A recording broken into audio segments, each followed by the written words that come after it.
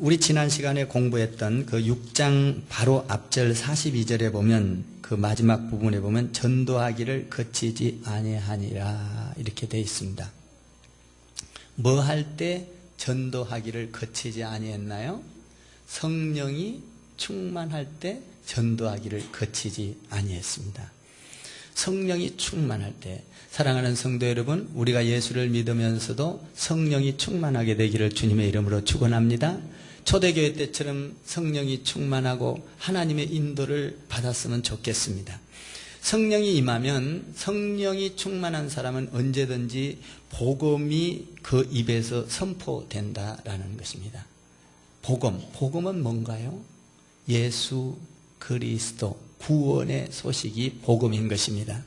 이 복음은 성령이 충만할 때 전하게 되어 있습니다. 성령이 충만한 사람은 감옥에 있을 때도 복음을 전합니다. 감옥 밖에 있을 때도 복음을 전합니다. 가정에 있을 때도 복음을 전합니다. 성전에 있을 때도 복음을 전합니다. 직장에 있을 때도 복음을 전하고, 군대에 있을 때도 복음을 전하고, 학교에 있을 때도 복음을 전하고, 성령이 충만한 사람은 어디로 가든지 복음, 말씀, 하나님의 말씀, 예수 그리스도를 전한다라는 것입니다. 집에 있든지 감옥에 있든지 아니면 성전에 있든지 상관이 없습니다. 이 복음을 전하는 사람은 성령이 충만할 때, 서대반도 성령이 충만해서 복음을 전했습니다. 서대반이 성령이 충만해서 복음을 전하자 마귀의 사람들은 돌을 들어 서대반을 쳤습니다. 그때 서대반은 천사의 얼굴을 하면서 복음을 전했습니다. 그 복음의 소식을 듣고 사도 바울이 복음을 받아들였습니다. 사도 바울은 어떤 사람입니까?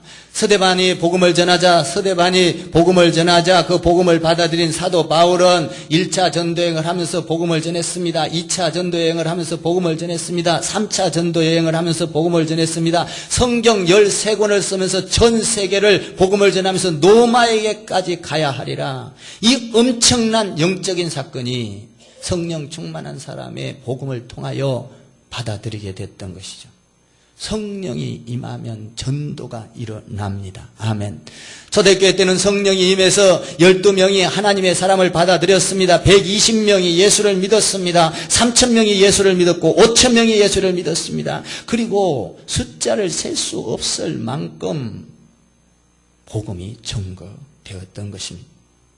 초대교회 때 감옥에 가뒀을 때도 복음이 증거되었습니다. 능욕을 받아도 복음이 증거되었습니다. 고통을 줘도 복음이 증거되었습니다. 고통과 능욕을 받을 때도 기쁨으로 예수 안에서 복음을 전했습니다. 그랬을 때 오늘 그 6장 마지막 부분, 6장 앞절에 42절, 그러니까 5장 마지막 부분에 보면 전도하기를 거치지 아니하니라라고 되어 있습니다. 사도행전 4장 4절 이하에 보면 남자의 수가 5,000명이나 되었다고 성경은 기록하고 있습니다. 남자의 수가 5,000명이 된 걸로 봐서는 여러분 5,000명이 아니라 10,000명, 아니 어린아이까지 합치면 15,000명이 넘을 것으로 추정이 됩니다. 그러나 하나님 안에서 복음이 증거될 때는 언제나 성령이 충만했던 것을 보게 됩니다. 여러분, 초대교회 때 짧은 시간 안에 수많은 영혼들이 몰려왔습니다. 수많은 영혼들이 몰려왔을 때 좋은 것만 있는 것이 아닙니다. 수많은 영혼들이 몰려왔을 때 거기에는 문제도 함께 동반되었다라는 것입니다. 교회가 성장할 때는, 하나님의 나라가 성장할 때는 그냥 되는 것이 아닙니다. 여러분의 신앙이 자랄 때는 그냥 되는 것이 아닙니다. 그냥 신앙이 콩나물 자라듯이 쑥쑥 자라는 것이 아닙니다. 그 신앙은 우리에게 고통과 아픔과 절망 속에서 자라게 되는 줄 믿습니다. 신앙은 하나님 안에서 우리에게 하나님이 신앙을 자라기 위해서 시련도 줍니다. 고통도 줍니다. 사단도 침범하게 합니다. 그러나 성령이 충만한 가운데 그것을 물리치면 부흥의 역사가 일어나게 됩니다. 건강하게 됩니다. 죄가 사라지게 됩니다. 예수 그리스도의 능력으로 마귀를 물리치면 우리는 성장하게 되는 것입니다. 나는 여러분들이 신앙생활하다가 예수 그리스도의 이름으로 마귀를 물리치고 죄악을 물리치고 아멘 말씀으로 물리쳐야 될 줄 믿습니다. 신앙은 그냥 자라는 것이 아닙니다. 나에게 이단도 와서 접근을 합니다. 여러분, 사탄도 와서 접근을 합니다. 고통도 와서 접근을 합니다. 그런 접근할 때 그런 것들을 잘 이겨내고 물리쳐야 시련을 통해서 교회도 성장하고 내 개인의 신앙도 더욱 견고해지게 되는 것입니다.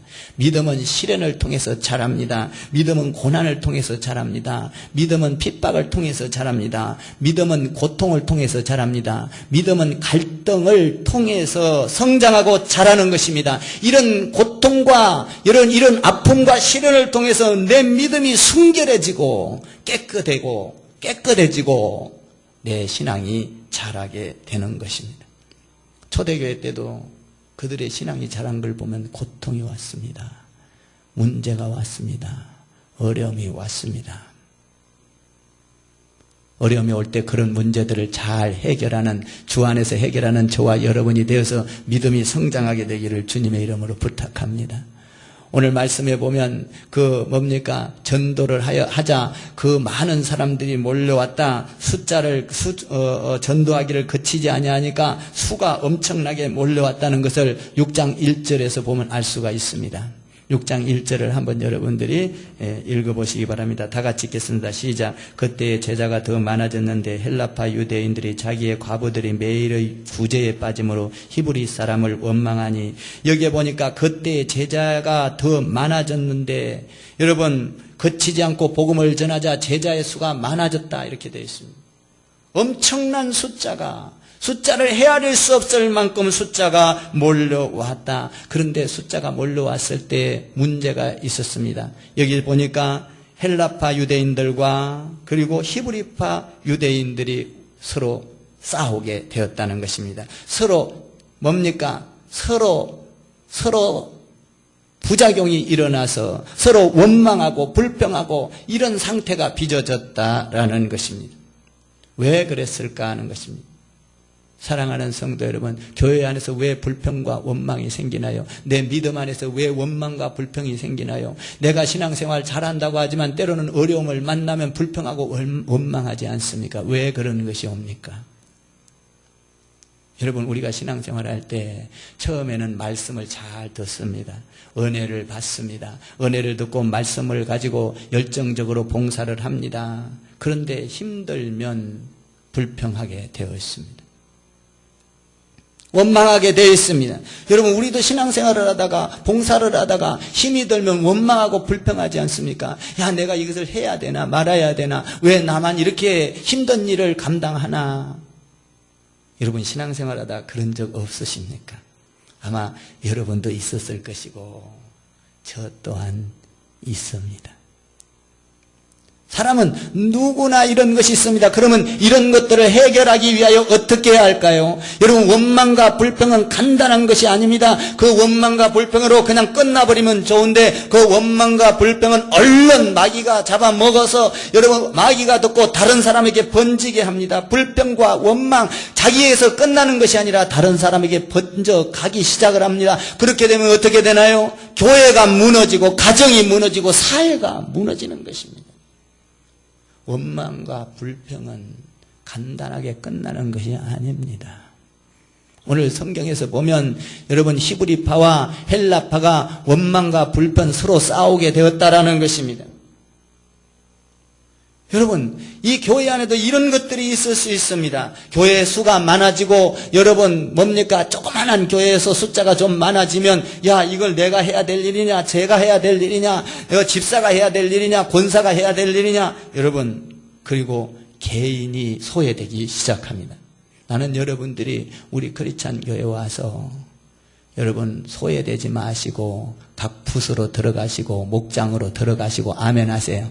들어가세요. 우리 교회에 18개 부서가 있습니다. 18개 부서에는 100개가 넘는 팀들이 되어 있습니다. 여러분들이 저렇게 찬양대에도 들어가고 여러분 차량 봉사에도 들어가고 안내 부서에도 들어가고 아멘 하세요. 각 부서로 들어가고 각 팀으로 들어가서 여러분들이 같이 신앙생활하면서 서로 교제하고 위로해주고 힘을 얻고 기도해주고 아멘, 그렇게 되기를 주님의 이름으로 축원합니다. 그런데 이렇게 하다 보면 이 가운데에서 문제가 생긴다는 것입니다. 오늘 문제가 뭐예요? 6장 1절에서 문제가 뭡니까? 헬라파 유대인들이 자기의 가부들이 매일의 구제에 빠짐으로, 여기 보니까 헬라파 사람들은 힘든 일, 구제 일을 했다는 것입니다. 그리고 히브리파 사람들을 원망하니, 히브리파 사람들은 뭔가 좀 편한 일을 한 것 같아요. 뭔 일을 했는지는 모르지만 여기에서 보면 구제하는 일, 봉사하는 일, 헌신하는 일 너무 힘들다는 겁니다. 왜 우리에게만 매일 일을 시키느냐? 여러분, 우리가 신앙생활 하다 보면 우리가 어려운 일을 할 때가 있잖아요. 청소하는 사람은 맨날 청소만 하고, 화장실 청소하는 사람은 야, 내가 왜 맨날 화장실 청소하냐? 문제가 생겼다는 것입니다. 구제하는 일 얼마나 힘들어요. 남을 돕는 일 너무나 힘듭니다. 어찌하여 우리에게만 이 일을 시키느냐? 사랑하는 성도 여러분, 여기에서 우리는 중요한 것을 하나 발견합니다. 여러분, 구제가 나쁜 것이 아닙니다. 구제는 반드시 아멘하세요. 반드시 있어야 될 건 줄 믿습니다. 구제가 없어지면 안 됩니다. 여러분, 구제는 반드시 있어야 됩니다. 그런데 여기에서 보면 왜 구제하는 일을 우리에게 시키느냐? 여러분, 구제는 없어서는 안 될 것입니다. 왜냐하면 우리 주님께서 구제하고 긍휼 사역을 하라고 명령하셨기 때문입니다. 아멘. 여러분, 전도는 없어서는 안 됩니다. 전도는 반드시 해야 됩니다. 아멘 하세요. 선교도 반드시 해야 됩니다. 여러분, 우리는 어떤 일을 하다가 본질을 잃어버리면 안 됩니다. 여러분, 우리가 어떤 일을 하다가 어떤 일을 시키면 서로 논쟁을 할 수 있습니다. 서로 의견 충돌이 일어날 수 있습니다. 그러나 의견 충돌을 하다가 본질을 잃어버리면 안 된다 이 말입니다. 아무리 이들이 싸우고 다퉈도 여러분, 중요한 건 구제는 해야 될 줄 믿습니다. 여러분, 전도는 해야 될 줄 믿습니다. 여러분, 우리가 전도하다가 다툼이 일어날 수 있습니다. 그래도 전도는 해야 되는 것입니다. 선교 할까 말까 여러분 다툴 수 있습니다. 여러분, 여기에 선교를 하자 말자 이야기할 수 있습니다. 그러나 우리가 다툰다고 해서 선교를 중지하면 안 됩니다. 여러분, 우리가 어떤 일을 하다가 싸워서 어떤 경우에는 교회 안에 여러분들이 들어와서 봉사를 해보십시오. 의견이 맞지 않을 수 있습니다. 내 의견이 맞는 것 같은데 왜 안 들어주냐고 불평이 생길 수 있습니다. 그런데 불평 생겼다고 본질을 버리고 교회를 떠나버리는 일이 있어서는 안 된다 이 말입니다. 아멘 하시. 우리는 제 말이 아니라 성경에서 우리는 축복을 배워야 되고 하나님의 말씀이 우리를 어떻게 이끌고 가는가를 배워야 되는 줄 믿습니다. 오늘 이들에게는 여러분, 전도를 하지 말라, 구제를 하지 말라, 봉사를 하지 말라, 이것이 아니라 방법 면에서 틀렸다 이 말입니다. 방법을 바꾸면 된다라는 거예요. 여러분, 우리는 방법을 논하다가 본질을 버리고 비본질에 충실해서 여러분들이 하나님의 일을 망치는 일이 없게 되기를 주님의 이름으로 축원합니다. 주의 일을 보고 여러분 본질을 가지고 싸울 때 여러분 비본질로 삐뚤어지지 않는 구제는 해야 될 줄 믿습니다. 선교는 해야 될 줄 믿습니다. 전도도 해야 돼요. 그러나 그 가운데서 우리는 어떤 방법을 가지고 이야기하다가 싸우다가 여러분 그 중요한 본질을 놓쳐서는 안 된다 이 말입니다. 오늘 여기에 보니까 히브리파와 헬라파가 싸웠습니다. 여러분, 왜 우리만 이렇게 힘든 일을 시키냐고 여러분 이렇게 서로 공격하기 시작했습니다. 마찬가지예요. 우리 교회도 여러분 차량 봉사하는 거 얼마나 힘듭니까? 여러분들이 그래도 차량 봉사할 수 있게 되기를 주님의 이름으로 축원합니다. 어떻게 하여 이 힘든 일을 감당할 수 있을까? 여러분, 주방 봉사 쉬운 일이 아니에요. 그러나 이 어려운 일을 어떻게 감당할 수 있을까? 오늘 말씀 속에서 배워가지고 축복이 되기를 주님의 이름으로 축원합니다. 오늘 이 어려운 문제를 왜 우리한테만 시키냐고 여러분, 오늘 여기 보니까 히브리파 사람들을 6장 1절에서 원망하니 이렇게 되어 있습니다. 원망했다, 불평했다. 그 원망하고 불평한 것을 보고 사도들이 그 내용을 가만히 봤습니다. 본질이 뭔가? 여러분, 본질은 구제를 안 하는 것이 본질이 아닙니다. 구제를 해야 되는데 그들이 원망하는 이유가 뭔가 가만히 들여다보니까 문제 해결책이 뭔가 방법을 우리 사도들이 잘 세우고 있는 것을 보게 됩니다. 한번 2절을 한번 여러분들이 읽어보십시오. 2절 시작. 12사도가 모든 제자들을 불러 이르되 우리가 하나님의 말씀을 제쳐놓고 접대를 일삼는 것이 마땅하지 아니하니. 3절 시작. 형제들아 너희 가운데서 성령과 지혜가 충만하여 칭찬받는 사람 7을 택하라. 우리가 이 일을 그들에게 맡기고.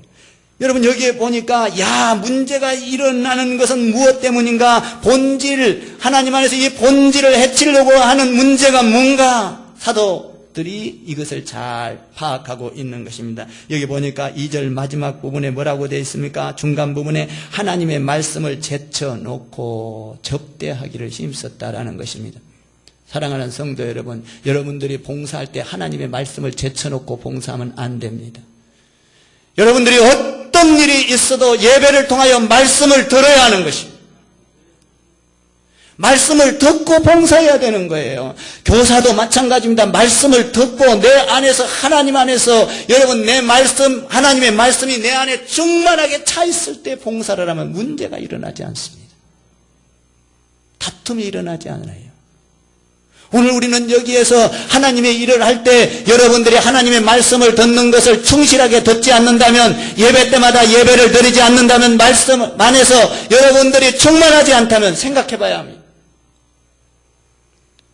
여러분들이 말씀을 충만하니 듣지 아니하면 여러분들이 어떤 일을 할 때 처음에는 잘할 수 있습니다. 그런데 하다가 불평이 생깁니다. 원망이 생깁니다. 싸우게 되는 겁니다. 본질을 잃어버리게 되어 있습니다. 성경은 오늘 이 초대교회 때 수많은 영혼들이 몰려왔을 때 교회에 문제가 없게 하기 위해서는 무엇을 먼저 하라? 말씀을 제쳐놓지 말아라 라고 말하고 있습니다. 믿습니까? 여러분들이 예배를 잘 드리기를 주님의 이름으로 축원합니다. 그래서 우리 교사 선생님들 여름 성경학교 수련회 할 때는 말씀을 충분히 들어야 돼요. 우리 교회는 사역할 때도 말씀을 듣지 않으면 제가 사역을 못하게 합니다. 여러분, 사역이 중요한 것이 아닙니다. 내 안에서 말씀이 충만하면 원망이 사라지고 불평이 사라지고, 아멘, 어둠이 사라지는 것입니다. 오늘 여기 보니까 말씀을 제쳐놓고 뭐를 했다는 거예요? 구제를 했다는 겁니다. 구제가 중요한 것이 아닙니다. 여러분, 말씀을 들으면 구제도 여러분 기쁨으로 감당하게 될 줄 믿습니다. 설교를 잘 들으면, 여러분들이 하나님의 말씀을 들으면 내 가운데 은혜가 있어서 주의 일이 기뻐지는 거예요. 주의 일이 원망이 아닌 거예요. 하나님의 말씀을 잘 들으면 여러분 주의 일을 보고 기뻐하는 것입니다. 그런데 말씀을 제쳐놓고 이렇게 되었습니다. 사랑하는 성도 여러분, 우리는 말씀을 잘 깨닫는 저와 여러분이 되기를 주님의 이름으로 축원합니다. 말씀을 듣고 봉사하기를 바랍니다. 말씀을 듣고 구제하기를 바랍니다. 말씀을 듣고 선교하기를 바랍니다. 말씀을 듣고 전도하세요. 여러분들이 말씀을 듣지 않냐고 내 힘으로 전도하려고 하면 가다가 힘이 들어서 원망이 나옵니다. 불평이 나옵니다. 그건 그것으로 끝나는 것이 아닙니다. 전도하는 공동체를 다 망가뜨려 버리는 것입니다. 그 한 사람이 이 공동체를 무너뜨리는 거예요. 그러므로 우리는 말씀이 충만하여서 하나님의 일을 할 때 긍정적인 말을 해야 될 것입니다. 성령의 말을 해야 될 것입니다. 하나님의 말을 해야 될 것입니다. 공동체를 살리는 말을 해야 될 것입니다. 여러분들이 신앙생활할 때 우선순위가 바뀌면 절대로 안 되는 것입니다. 말씀을 제쳐놓고 다른 일을 하려고 하면 여러분, 그는 성경에서 말하기를 다툼이 일어난다는 것입니다. 사랑하는 성도 여러분, 우리는 먼저 우선순위를 버리지 않게 되기를 바랍니다. 말씀을 잘 듣고 찬양대에 들어가세요. 아멘. 말씀을 잘 들으면 여러분, 내가 조금 엄치라도 상관이 없습니다. 은혜로 가서 찬양을 하면 그냥 여기서 방긋 받고 웃기만 해도 은혜 받아. 다 웃을 거예요. 말씀이 충만하면 얼굴이 여러분 서대반처럼 그래서 여러분 말씀이 충만하여 서대반은 뭡니까? 복음이 증거되니까 그를 통하여 바울과 같은 놀라운 열매를 맺지 않습니까? 사랑하는 성도 여러분, 저와 여러분 말씀을 제쳐놓고 다른 일을 하지 않게 되기를 주님의 이름으로 축원을 드립니다. 말씀을 통하여 부흥이 돼야 되고 말씀을 통하여 기도가 일어나야 되고 아멘. 말씀을 통해서 봉사가 일어나야 되는 것입니다. 오늘 여기 보면 7을 택하라라고 되어 있습니다. 여러분 여기 보면 세 분류의 사람이 나옵니다. 사도들도 나오고 제자들도 나오고 그리고 오늘 여기 보니까 7사람을 뽑는 뭡니까? 7명도 나오고 7집사죠. 사랑하는 성도 여러분, 나는 여러분들이 하나님 안에서 주의 일을 할 수 있는 직분을 갖게 되기를 주님의 이름으로 축원합니다. 여러분 직분이 중요한 거예요. 아이고 목사님 직분 없이 나는 일하지요. 왜 꼭 굳이 직분을 주셔야 됩니까? 그렇지 않습니다. 여러분 직분이 없을 때 여러분 어떤 문제가 됐을 때 어땠어요? 원망과 불평이 일어났습니다. 그런데 오늘 여기에서 사도들이 딱 밝히고 정확한 것을 진단해서 뭡니까? 성령이 충만하고 그리고 지혜롭고 칭찬받는 사람 7을 택하라. 직분자를 택하라라는 것입니다. 어떤 사람은 직분이 중요하지 않다고 말합니다. 여러분 그렇지 않아요. 직분을 통해서 하나님은 일하시는 분인 줄 믿습니다. 여러분 직분이 없으면 하나님의 일을 할 수가 없어요.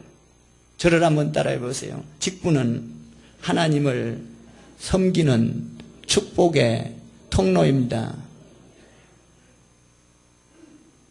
여러분 우리는 직분이 필요 없다고 말합니다. 그러나 가만히 생각해 보십시오. 자기 자신을 보십시오. 직분이 필요하지 않다고 말하지만 직분이 필요한 것을 압니다. 그리고 직분에 관심이 없다고 말하지만 실제적으로 마음속에 쭉 들어가 보면 직분에 관심이 있습니다. 왜 그렇습니까? 직분은 하나님의 축복을 여는 통로이기 때문에 그렇습니다. 하나님의 영광을 드러내는 것이 직분이에요. 직분이 없이는 하나님의 일을 할 수가 없습니다. 오늘 여기 보니까 어떤 사람을 직분자로 뽑았습니까? 성령이 충만하고 지혜가 있고 그리고 뭐예요? 칭찬을 받는 사람 7을 택하라. 여기 택할 때 보니까 직분자를 택할 때 자격이 있습니다. 여러분 자격을 보면은 여기 오늘 성경에 보니까 능력이 있는 사람을 택하라. 또 뭡니까? 어떤 스펙이 좋은 사람을 택하라. 서울대학교 나온 사람을 택하라. 그리고 지방대학교 나온 사람을 택하지 마라. 이렇게 하지 않았습니다. 오늘 여기 보니까 여러분 하나님의 직분자는 그런 사람을 택하는 것이 아니라 여기에서 뭡니까? 성령이 충만한 자, 그리고 지혜가 충만한 자, 그리고 칭찬을 받는 자 중에서 택하라라는 것입니다. 나는 여러분들이 하나님 안에서 직분을 가지고 일을 할 수 있게 되기를 주님의 이름으로 축원합니다. 직분은 너무나 중요한 거예요. 여러분 이 직분을 가지고 하나님의 일을 감당할 수 있는 통로입니다.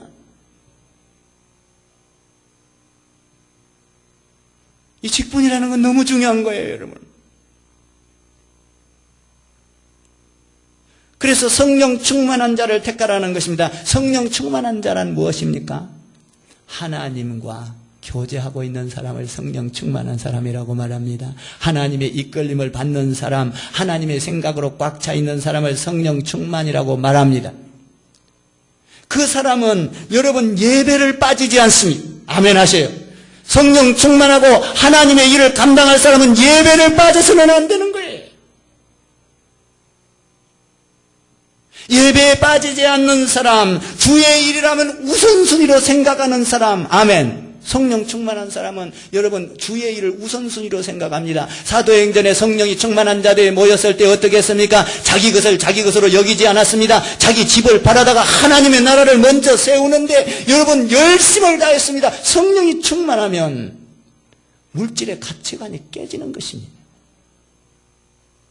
오늘 하나님께서 이 문제가 생겼을 때 어떤 사람을 택하라고 합니까? 성령이 충만한 자, 하나님과 맞춰져 있는 자, 하나님과 안테나가 맞춰져 있는 자, 예배에 빠지지 않는 자, 주의 일을 우선순위하는 자, 어떠므로 주의 일을 먼저 바라보는 자. 이 사람을 택하라는 것입니다. 여러분, 성령이 충만하면 분별력이 있어지는 줄 믿습니다. 성령이 충만해 보세요. 마귀의 일과 하나님의 일이 딱 분별이 됩니다. 사탄의 일과 하나님의 일이 분별이 됩니다. 성령이 충만하면 마귀에 놀아나지 않습니다. 세상 유혹에 놀아나지 않습니다. 성령이 충만하면 내 안에서 분별력이 생기는 거예요. 아멘. 하나님의 일이 더 중요하고 세상 일이 더 중요하지 않다는 분별력이 딱 생기는 거예요. 오늘 주의 일을 감당하기 위해서는 성령 충만해야 된다고 성경은 말하고 있습니다. 여러분, 오늘 설교를 듣고 여러분들이 성령 충만한 자가 되기를 주님의 이름으로 축원합니다. 어찌든지 예배에 빠지지 않으려고 최선의 노력을 다하고 말씀을 연구하고 말씀을 읽고 큐티를 하고 그리고 하나님의 일을 우선순위로 삼으려고 하는 성령 충만한 자, 하나님과 교통하는 자, 하나님의 안내를 받는 자, 하나님의 인도를 받는 자. 여러분, 우리는 신앙생활을 하면서 어쩌면 인본주의, 내 생각이 더 중요하고 내 경험이 더 중요하고 하나님의 말씀은 뒤로 제쳐놓지 않습니까? 여러분, 내 인간적인 생각보다 하나님의 생각이 월등하게 능력이 있어야 하는 것입니다. 오늘 나는 여러분들이 성령이 충만한 자가 되어서 주의 일에 우선순위가 되기를 주님의 이름으로 축원합니다. 그런 사람을 뽑으라는 겁니다. 그리고 두 번째로는 성령이 충만할 뿐만 아니라 지혜가 충만한 자를 뽑으라는 것입니다. 여러분, 성령이 충만해도 지혜가 없는 사람이 있을 수 있습니다. 여러분, 성령 충만하다고 지혜가 다 있는 것이 아니에요. 아멘 하세요. 여러분, 성령과 지혜가 충만한 자, 안 그러면 성령 충만한 자라고 말하지 왜 성령과 지혜가 충만한 자라고 말하겠습니까? 성령이 충만해도 지혜가 충만하지 않으면 지혜가 없으면 안 된다는 거예요. 하나님의 이런 지혜가 있어야 될 줄 믿습니다. 지혜 있는 자는 할 말, 안 한 말을 가려서 하는 것입니다. 내가 이 말을 했을 때 상대방이 넘어질 건가, 세워질 건가, 내가 이 말을 했을 때 마귀가 저자를 넘어뜨릴 것인가, 하나님 안에서 저가 일어설 것인가 를 분별한다는 거예요. 지혜 있는 자는 어떤 자입니까? 내가 말을 함으로, 내가 신앙생활을 함으로 교회에 덕을 세우고 하나님의 사람에게 덕을 세우고 하나님의 사람이 무너지지 않게 일으켜 세우는, 아멘 하세요. 나는 여러분들의 입술을 통하여 여러분들의 가정이 일어서고 자녀가 세워지고 여러분들의 주의가 세워지고 교회가 세워지는 지혜 있는 자가 되기를 주님의 이름으로 축원합니다. 성령이 충만하고 지혜가 있는 자를 선택하라. 여러분들이 신앙생활할 때 할 말, 안 할 말을 정확하게 구별할 수 있도록 여러분들이 그것이 구별이 안 된다면 하나님 앞에 늘 깨어 기도하고 엎드려 기도하고 무릎 꿇고 기도하고 하나님께 지혜를 구해야 되는 거예요. 하나님의 일은 그냥 되는 것이 아닙니다. 성령과 지혜가 충만해서 하나님께 묻고 내 생각과 경험으로 하는 것은 지혜가 아닙니다. 여러분, 지혜는, 하늘의 지혜는 말씀에 따라 움직일 때 지혜가 되는 것입니다. 하나님의 말씀은 주의 백성들을 넘어지게 하는 것이 하나도 없습니다. 넘어진 자도 일으켜 세우는 것이 하나님의 말씀이에요. 그러므로 우리는 하나님의 말씀 안에서 지혜로운 자가 되어서 여러분들 주위에 넘어진 자가 일어나고 마귀에게 끌려간 자가 하나님이 끌어오고, 아멘. 여러분 사이에 거룩의 열매가, 성령의 열매가 이루어지기를 주님의 이름으로 축원합니다. 성령과 지혜가 충만하면 그 다음에 오는 것이 무엇입니까? 오늘 여기에 보니까 성령과 지혜가 충만하면 자동적으로 칭찬을 받게 된다는 겁니다. 이 칭찬은 막을 수가 없다는 거예요. 여러분 한번 생각해 보세요. 성령과 지혜가 충만하여 하나님 앞에 교회에 덕을 세우고 여러분 불평이 있는 곳에 불평이 사라지게 되고 원망이 있는 곳에 원망이 사라지게 되고 사람이 세워지고, 여러분 그럴 때 그 사람은 칭찬받게 돼 있어요. 여러분 아무리 막으려고 해도, 마귀가 막으려고 해도 그건 막을 수가 없습니다. 여러분, 빛은 어둠이 막을 수가 없는 겁니다.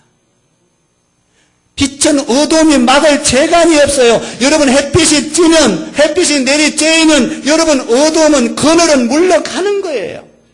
마찬가지로 여러분들이 성령과 지혜가 충만하면 칭찬은 없어지는 것이 아닙니다. 칭찬은 어쩔 수 없이 많은 사람들에게 여러분 칭찬을 받을 수밖에 없다는 거예요. 성령과 지혜가 충만해서 성령 충만한 가운데 여러분 칭찬받는 가운데 교회를 섬기면 여러분 하나님의 거룩의 열매가 맺어지게 될 줄 믿습니다. 이 사람들을 세우라 그랬더니 많은 사람들이 어떻게 반응했습니까? 오늘 여기에서 반응한 것이 있지요. 반응해서 5절에 보니까 이렇게 반응합니다. 온 무리가 이 말을 기뻐했다는 겁니다. 아멘. 사랑하는 성도 여러분, 주의 일을 보고 기뻐할 수 있기를 바랍니다. 여러분들이 성전 보수하는 거, 여러분 이 천정 보수하는 거, 내 집 보수하는 것보다 더 기뻐야 돼요. 아멘 하세요. 여러분 이 땅에서 주의 일을 할 수 있는 놀라운 기회인 것입니다. 이 축복의 기회를 놓치지 않는 저와 여러분 되기를 주님의 이름으로 축원합니다. 이런 것을 보고 불평하는 것이 아니라 아이고 왜 내가 성전 보수하는데 돈을, 이게 아니라 하나님의 일을 보고 내가 기뻐하고, 할렐루야. 야, 우리가 성전 보수를 하고 프로젝터를 뭡니까 이걸 만들어서 잘 비춰가지고 야 성도들이 은혜 받고 여기에서 거룩의 열매가 맺어지고 야 주의 일을 보기만 해도 기쁘다, 기도하면서 기쁘다, 야 이게 만들어지지 않았지만 만들어질 걸 상상하면서 기뻐지는, 감동이 있어지는, 여러분 주의 일을 보고 슬퍼하거나 불평하는 것은 마귀가 주는 것입니다. 하나님이 주는 것은 아니에요. 하나님의 일을 보고 나는 여러분들이 불평하지 않기를 주님의 이름으로 축원합니다. 감격이 있고 감동이 있고 이야 주의 일을 보고 하나님 나도 동참하게 하소서. 오늘 여기 보니까 주의 일을 보고 온 무리가 5절에서 그렇게 되어 있습니다. 온 무리가 이 말을 기뻐하여, 온 무리가 기뻐하여 성령이 충만하고 지혜롭고 칭찬받는 자를 7을 택했다는 것입니다. 사랑하는 성도 여러분, 저와 여러분 주의 일을 놓고 여러분들이 온 무리가 기뻐해서, 여러분 온 무리가 기뻐해서 7절 말씀처럼 왕성하게 주의 나라가 전파되기를 주님의 이름으로 축원합니다. 7절에 하나님의 말씀이 점점 왕성하여져서, 여러분 교회는 주의 일을 보고 기뻐하는 가운데 성장이 멈춰서는 안 되는 것입니다. 아멘. 하나님의 나라는 성장이 멈추는 것이 아니에요. 하나님은 살아계시는 분입니다. 살아계시는 것은, 여러분 살아있다는 것은 여러분 파릇파릇하니 여러분 생기가 올라오는 것입니다. 불도 살아있으면 여러분 죽어있잖아요. 살아있는 것은 자라는 것입니다. 하나님은 살아계시는 분인 줄 믿으시기 바랍니다. 하나님을 살아계신 그 하나님을 믿는 우리는 하나님 안에서 성령이 충만하면 자랍니다. 여러분 지혜가 충만하면 자랍니다. 칭찬을 받으면 하나님 안에서 자라게 되어 있습니다. 말씀을 듣고 여러분들이 나의 영이 자라고 신앙이 자라고, 아멘, 우리 교회가 주님 안에서 자라야 될 줄 믿습니다. 말씀 안에 있으면 복음을 전파할 때 교회가 자라는 것입니다. 성장하는 거예요. 교회가 성장하지 않으면 죽은 것입니다. 우리 교회는 지금도 부흥했지만 앞으로도 부흥해야 될 줄 믿습니다. 이 교회가 꽉 차고 넘쳐야 될 줄 믿습니다. 1부, 2부, 3부, 4부, 5부, 6부, 7부까지 들어져야 될 줄 믿습니다. 우리는 하나님 안에서 자라야 된다는 거예요. 하나님의 일을 보고 여러분들이 신앙생활을 하면, 기뻐지면, 성령이 충만하면 자란다는 겁니다. 여러분들 자녀가 다 있지요. 자녀를 낳아놨는데 자녀가 안 자란다면 이거 보통 고민이 아닐 것입니다.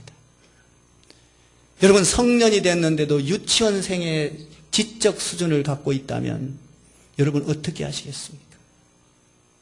아니 지적 수준도 안 자라고 이 육적인 것도 안 자란다면 여러분 어떻게 하겠습니까?